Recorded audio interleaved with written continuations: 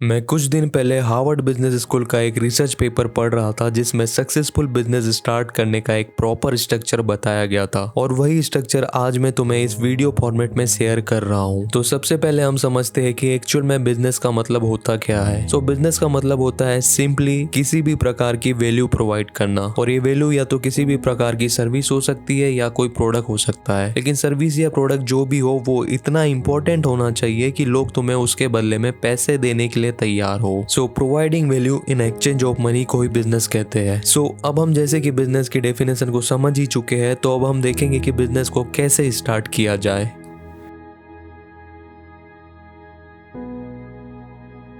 पहले आता है क्यूरोसिटी। तुमने बहुत लोगों को ये कहते सुना होगा कि बिजनेस स्टार्ट करने के लिए सबसे पहले कोई आइडिया ढूंढो, लेकिन मैं तुम्हें बोलता हूँ कि बिजनेस स्टार्ट करने के लिए आइडिया ढूंढना एकदम नॉनसेंस चीज है। आइडिया ढूंढने की जगह तुम ये देखो कि तुम्हारी क्यूरोसिटी ज्यादा किस फील्ड में है, किस फील्ड में तुम्हारा इंटरेस्ट है। अगर तुम्हें ये चीज क्लियर हो जाए तो तुम्हें आइडिया अपने आप ही मिल जाएगा। फॉर एग्जाम्पल, तुम्हारी क्यूरोसिटी है एग्रीकल्चर फील्ड में, तुम बहुत क्यूरियस रहते हो एग्रीकल्चर से जुड़ी किसी भी चीज को सीखने के लिए, नई जानकारी को जानने के लिए। तुम हर दिन एग्रीकल्चर से जुड़ी न्यूज वगैरह पढ़ते हो, मैगजीन्स पढ़ते हो, क्योंकि तुम बहुत ज्यादा क्यूरियस हो एग्रीकल्चर फील्ड में। और तुम्हारी इसी क्यूरियोसिटी की वजह से तुम्हें एग्रीकल्चर की फील्ड में उन सब लोगों से ज्यादा नॉलेज भी होगी जो तुम्हारे आसपास रहते हैं। तुम्हें सब पता रहता होगा कि अभी एग्रो इंडस्ट्री में क्या चल रहा है। सो तुम अपनी इसी नॉलेज का यूज करके बिजनेस क्रिएट कर सकते हो। अब जैसे कि तुम्हें इतनी ज्यादा नॉलेज है एग्रीकल्चर की फील्ड में, तो तुम्हें ये भी पता होगा कि ऐसी कौन सी चीज है जिसकी वजह से फार्मिंग करने में इस वक्त बहुत परेशानी आ रही है। तो तुम्हें ज्यादा कुछ नहीं करना है, बस उसी परेशानी का सॉल्यूशन ढूंढना है, कोई प्रोडक्ट या सर्विस बनानी है और बस लॉन्च कर देना है। अब जैसे जैसे लोगों को पता चलते जाएगा कि तुम्हारे पास इस प्रॉब्लम का सॉल्यूशन है, तो वो तुम्हारे पास आएंगे, उस प्रोडक्ट या सर्विस को खरीदेंगे और इसी तरह से तुम्हारा बिजनेस क्रिएट हो जाएगा और चलने लगेगा। देखो यार, तुम्हारी जिस भी फील्ड में क्यूरियोसिटी होगी,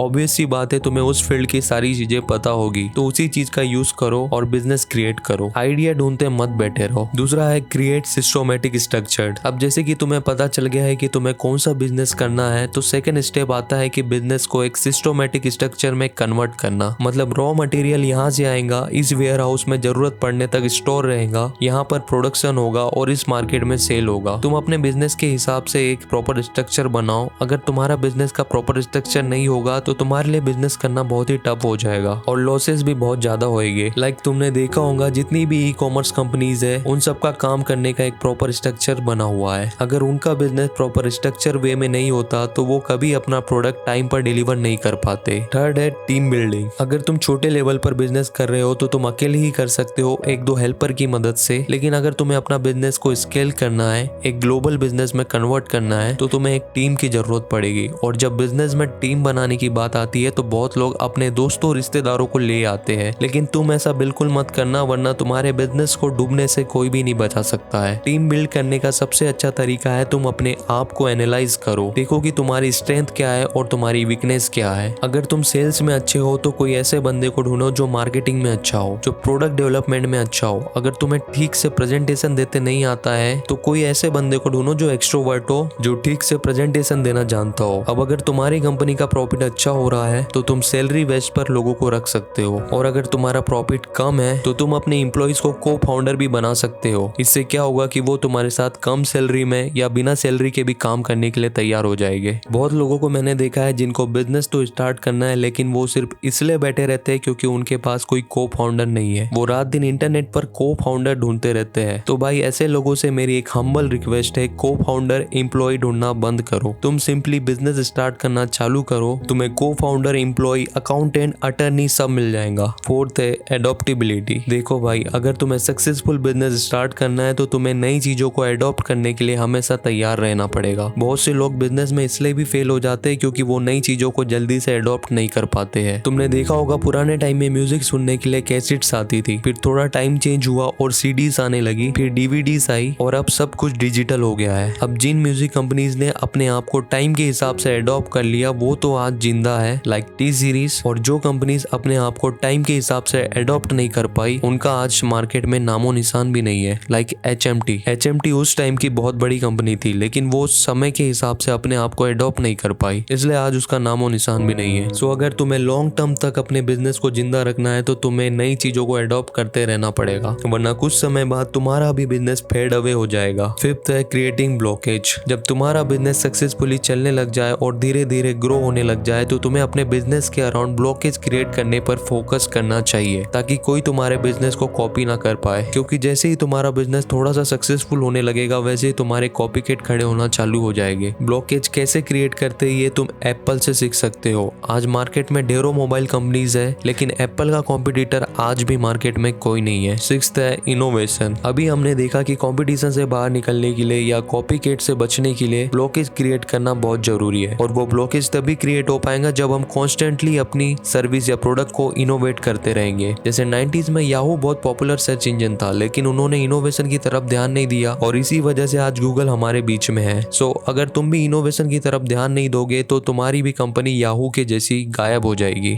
इसलिए इनोवेशन करते रहना बहुत जरूरी है। ये वीडियो अच्छी लगी हो तो प्लीज इस वीडियो को लाइक करो और ज्यादा से ज्यादा अपने दोस्तों में शेयर करो, ताकि मैं तुम्हारे लिए और ऐसी अच्छी अच्छी वीडियोस बनाते रहूं।